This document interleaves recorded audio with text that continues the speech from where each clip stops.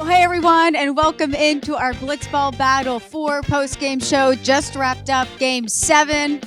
And you guys, we've said it a lot, and I'll say it one more time. That is one of those games that we will never forget here in the Warehouse. It's the largest comeback that we've seen in Warehouse history. Of course, it was Forgotten Rotten and Del Caribe. Del Caribe got out to a 6-run lead, but it all came down to Joez McFly on the mound, still unable to figure it out. Even after the struggles from Marshall on Forgotten Rotten, Trev's brother also struggling as well. We can see how important it is when we talk about these teams who have two guys who are comfortable pitching.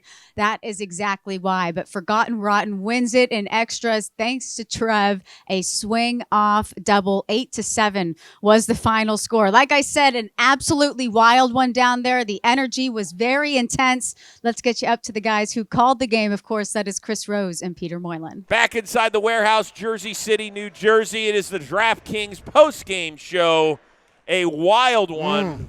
Where Del Caribe blew a 6-run lead. Forgotten Rotten comes back to tie it at 7, force extras, and they win it on a walk-off double by Trevor Plouffe. A lot of people are wondering what the heck was Del Caribe doing with their pitching decisions in inning number 2. Are you one of those that are questioning them? I was talked into it by yourself. Yes, I do question a lot of the decisions made in that second inning, but we're going to have to find out in the post-game show what they were thinking because I can't get into their heads. I've tried. There's nothing I can do. Well, let's give some credit to Forgotten Rotten, right? Okay. To erase a 6-run deficit and win this thing. That could mean a lot for the two-time former champs. Of course, it is Trevor Plouffe and his older brother Marshall. The younger bro standing by with Kelsey Wingert. Yep, done here with Trevor Plouffe now. And Trev, just being in these Warehouse for so many games, this one seemed the most intense that we've ever experienced in here. Can you just describe to me what it was like playing in this one? Rotten was trying to find our identity, and BB3 in the beginnings of this one, I was just too humble, and that's not how we play. We play confident. I'm trying to express that to my bro, because as you guys have noticed, he's like a nice guy. Like I'm kind of this guy, and so I need to bring that out of myself. He can do his thing, but I gotta. Kels, you know I'm best when I'm like feeling it, right? You are. How much did the strategy have to come into factor for this game? There's been different rule changes. There's been different things that you've had to think about and consider throughout these games. How much did that come into today's game? A lot. The pitching, Marsh isn't too confident in pitching. I think he found it there at the end, but the ground balls. We had one where I could have let go, misread the situation. So all these things happen in real time. It makes it difficult, but I think we've done a good job. Okay, and any message you'd like to relay to your friends and Lou and Joez? That was a really tough one for them, obviously going up big. We know how the game ended. You got to just keep climbing. We've seen them get better and better and better. Now they've rebranded. They're going to be a force. They are, but it takes time. Wanted the game really bad, take responsibility for that. I mean, I lost that game for us, but we're up 7-1. We got to win that game. All I had to do was get one out. And then Lou comes in and get another one before they score or whatever. And I couldn't do it. And my arm felt real fatigued from yesterday. No excuses, but it's like I felt like I couldn't throw anything out there. It's just weird. Sucked because the hitting was great. And we hit Trev really well. And we hit Marshall really well. And it was just like we had a lot of momentum. And then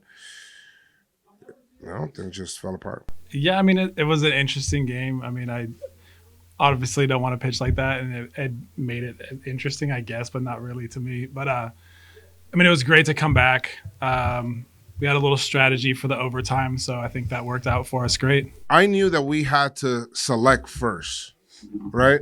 They weren't going to go out there and say, we need to pick our pitcher first. I kind of felt like we were going to be the ones to select first, so I said, I'm hitting. And he needs to pitch. They just put up 6 runs on me. For me to pitch out there, it's going to be tough, So give credit to them. They needed to put up all those runs, and they did. And I made it easy for them, putting them on for free $99. No, I'm not concerned. I think I just got in my own head a little bit. You're not throwing any strikes, so you just try to aim one in there, and then it's just a giant meatball that's getting ripped around, We had a comfortable lead, right? So if somehow Joez can get Marshall out. We can deal with Trev hitting singles, and I can take that. But the plan was for him to at least get Marshall out, pitch to Trev, and then I pitch to Marshall again and get those 2 outs. That's what I was hoping. It didn't work out that way, but that was the game plan. So I just needed him to get Marshall out, pitch to Trev, and then I'll come and pitch to Marshall, and that'll be all 2 outs right there. But we never got there. Should have made some plays on the field, didn't make the plays. So it extended the inning. So, we just got to get back in the lab and get better. It's difficult. It's very frustrating to lose this game, especially when we're up 6 runs. But you know what? We got to figure it out. And, the positive coming out this game is that Joez, he's hitting. I found my rhythm at the plate. Now we just got to figure it out on the mound. And I think we'll be fine. Yeah, I made some pregame adjustments, brought my hands real close to my body, so I just had a real short path to the ball, trying to keep everything real tight. And I think that helped. I was getting a little long, baseball-ish with my swing. You can't do that here. But we knew that when Joez came in, it was our chance to score some runs. We wanted to hit off Ludab too, but he's a good pitcher, man. He made some good pitches. So we knew that we had a chance, especially being the home team. But it takes a lot of confidence and good at bats to get back in the game. I think both of us feel a lot better at the plate today. I felt like unbelievable on the mound. I did. I still got hit a little bit, which is kind of awesome because I feel like everyone's getting so good offensively in the warehouse. But I just feel like we're getting to get better and better and better. The Phillies, the Diamondbacks, maybe that's not the best 2 examples because they end up losing in the finals, but they got hot at the right time. Same thing for us. Mic'd up. Don't say nothing stupid. You're starting. You're starting. What? You're starting. Love you, baby. Let's go. Come on. Let's go. You sure that's what you want to do? No. Huh? No, I was joking. Oh. I know, Joez got hot. Fucking old man Dan got Joez hot. Ah, man. I needed to walk there, bro. He's disappointed in himself right now. I'm trying to pump him up. I need confident partners, Yeah. Like Vinny Rotino. Fucking see, because this shit's slippery as fuck. You did nothing. When we get to 4-0, it's auto swing. It's almost like an offsides on football, throw it up. Let me down out there. You got to give me one of those calls. You hear me? You got it. You got to give me a call out there. So obviously an extremely disappointed Del Caribe team. You have to really appreciate the fact that Joez McFly sat there and took full responsibility for everything that unfolded. But you can also imagine how difficult it is for him to see this same storyline play out over and over, especially with the lead they were able to get there. And as for Trevor Plouffe and Marshall with Forgotten Rotten, I think these new rules coming into play is something that they're going to have to consider a lot going forward, especially when it comes to Marshall on the mound. But a lot of learning happened in this game for both sides, and like we said, Forgotten Rotten comes out on top. 8-7, your final in Game 7 here from the warehouse. But before we close the book fully on that game, we want to tell you about our good friends and our sponsors here at DraftKings Sportsbook. DraftKings Sportsbook is here to help you get closer to the action. Whether you're a diehard basketball fan, you're a hockey fanatic, or you're just gearing up for golf season ahead, DraftKings has you covered. So get some skin in the game and download the DraftKings app right now. You use the promo code WAREHOUSE. Again, that is promo code WAREHOUSE. And if betting is not available in your state yet, don't you worry, because you can still join in on all the fun with DraftKings Daily Fantasy and have a shot to win some cash prizes, you guys. So download that DraftKings app now and use the promo code WAREHOUSE. That's promo code WAREHOUSE, baby, only at DraftKings Sportsbook. The crown is yours. But right now, the crown is Paxton Elrod's because she's getting us ready to go for Game 8 of Blitzball Battle 4. So, Pax, I'll get it to you. Thank you, Kels. It is Game 8. Man, this tournament is just breezing on by. We've got McFlurry Power and Team Baggage. Now, this one is going to be a doozy because McFlurry Power, they've been dominant. Well, at least Kollin Stone has been dominant. K-Mac, not so much. But Jimmy and Jake have been working on their craft. They've been putting in the hours, and they have been training for this moment. I got to talk to both teams before this game to see what they thought about this matchup. Kollin, I'm going to start with you. Jimmy and Jake have shown a lot more patience at the plate than we've seen in previous tournaments. So you've been dominant with pitching. How are you going to attack them as hitters? Plan is to just throw fastballs, throw strikes. That's it. Just throw strikes. The Kollin looked pretty unhittable whenever we saw McFlurry power in this tournament so far. So after watching his control and his overall pitch mix, how are you guys going to essentially attack him at the plate? Well, I think I kind of hit ground balls, which has been my problem. So maybe I lean into not chasing extra base hits, and you got to hit his pitch down. So get some top spin on it. Maybe after I see it a couple times, move up in the box to try and catch it before it really starts tumbling hard. But I'm going to sit that pitch. The slider seemed very slow, so maybe react slider. And, try to a little barrel down swing. Get it swing the way it's going. That was weird timing as the light bulb came on. K-Mac, I'm not going to lie. First game we saw McFlurry power in this tournament, Kollin basically carried you throughout the entire game. So how are you going to pull your weight in this one? We'll see how it goes. If Collin's going to carry us again and we're going to win, then I'll let him carry us again. I am just here to win. I'm here to win. And if that means Kollin carries us, he carries us. And if he has a down game, hopefully I can do something. And then we win. Because we're here to win. K-Mac's seen you pretty well in the past when you've pitched against him. So how are you going to attack both him and Kollin on the mound?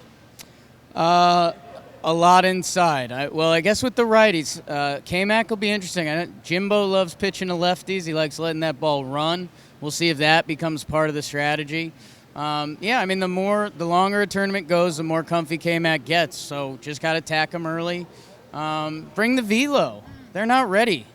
I found out from We Got Ice once that it's hard to see my low fastball because I'm short, so the ball's just low the whole time. I don't see any threats. All I know is that they are the reason we got kicked out of BB3, so we are here with vengeance today. On that note, can you kind of dabble into that? We did not forget. An awkward interview from Jimmy and Jake. That was a lot of closeness while exercising, so we're not going to talk about that. But what we will talk about is that vengeance that Kollin Stone was talking about. I mean, they have not forgotten what baggage did to them to get them eliminated in BB3. So that is going to be something to watch. See if K-Mac, see if Kollin really attack Team Baggage, and if Jimmy and Jake even notice the strategy. Who knows? Right? Who knows at this point? But you know who knows a lot of stuff? Jolly Olive, because he is the man. Let's throw it to Jolly in the Olive Pit. Game 8 of Blitzball Battle 4, the final game of Day 2, and it's a big one. It's a new budding rivalry between two teams that have been around for a while. It's Baggage and McFlurry Power. Obviously, we know about the theatrics in BB3 that took McFlurry out of the playoff bracket, and this is the first time they've faced since that event in a Blitzball game. K-Mac, he's a big storyline at the plate, obviously, with his swagger and his antics, but he also has a home run against both Jimmy and Jake, including a walk-off homer off Jimmy in Blitzball Battle 2. But Baggage is coming off a fantastic pitching performance where they threw a shutout against Forgotten Rotten. It's the first time they shut out a team since Blitzball Battle 1, where they did so in both of their first 2 ever games. But it's going to be tough for them to replicate the magic today if they don't get some offense going. They smacked 6 hits in their first game, but all of them were singles. They're the only team without an extra base hit in this tournament, and combined, they have just 1 home run in over 100 plate appearances since the beginning of Blitzball Battle 2. So that's 4 tournaments at this point where they've only had 1 home run. Maybe they can put the ball over the fence, and that might be enough, but this is going to be a very heated matchup. I'm expecting some fireworks at the beginning, and I cannot wait to see what the pregame show has in store for us for the rest of this game. Fellow ump. Hello.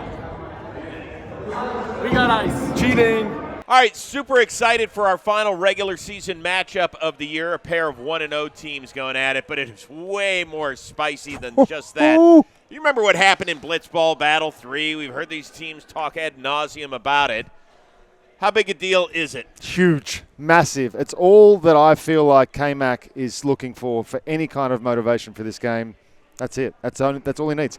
This is the best team that's never really done anything in the warehouse. They're talented. Both can pitch. You say it all the time. I'm expecting big things from them today. Well, hold on. K-Mac will say, we've done plenty in the warehouse. We just hoisted the championship trophy in floorball, too. Okay. But you're talking about blitzball. I am talking about blitzball. Got it. Who do you like in this thing? I mean, you'll give us your prediction in a minute. I will. Both these teams look pretty good, for their respective opening days. What I like to see and what I'm expecting is a little bit of damage from baggage. They've been the singles king. We're not here to watch you guys. They're the singles swingers. Right? Like, this isn't Milli Vanilli. We want some damage. Let's go. Milli Vanilli. Way to bust that one out. Didn't have that on the old bingo card.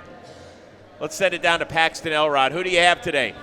I mean, it's really hard to go against McFlurry Power. We saw them in the first game, and Kollin Stone's just absolutely dominant. And K-Mac's totally cool with just riding on the coattails of his teammate. I do think Baggage is going to put in a really good fight, but it's hard to go against the purple. So I'm going McFlurry Power. All right, Pax, thank you. Peter? I think I have to do the same thing. I'm going to go McFlurry Power. I would love to see Baggage, go 2-0, set their confidence right, but I do think they will also recover better from a loss. I still can't believe Jake turned his back and threw the ball over his head. And that Motivation. Was it. How can I pick that team? Motivation. Because I'm a masochist, people. Oh, you are? That's right. Going for Team Baggage. I don't know why. I actually think McFlurry's going to win, but I think I have no idea. I think I'm going to go with Team Baggage, and I don't know why. Uh-huh. That's great instant analysis, you moron. For Paxton Elrod, Peter Moylan, our amazing John Boy Media production team, I am Chris Rose. Thanks for tuning in here to the DraftKings pregame show.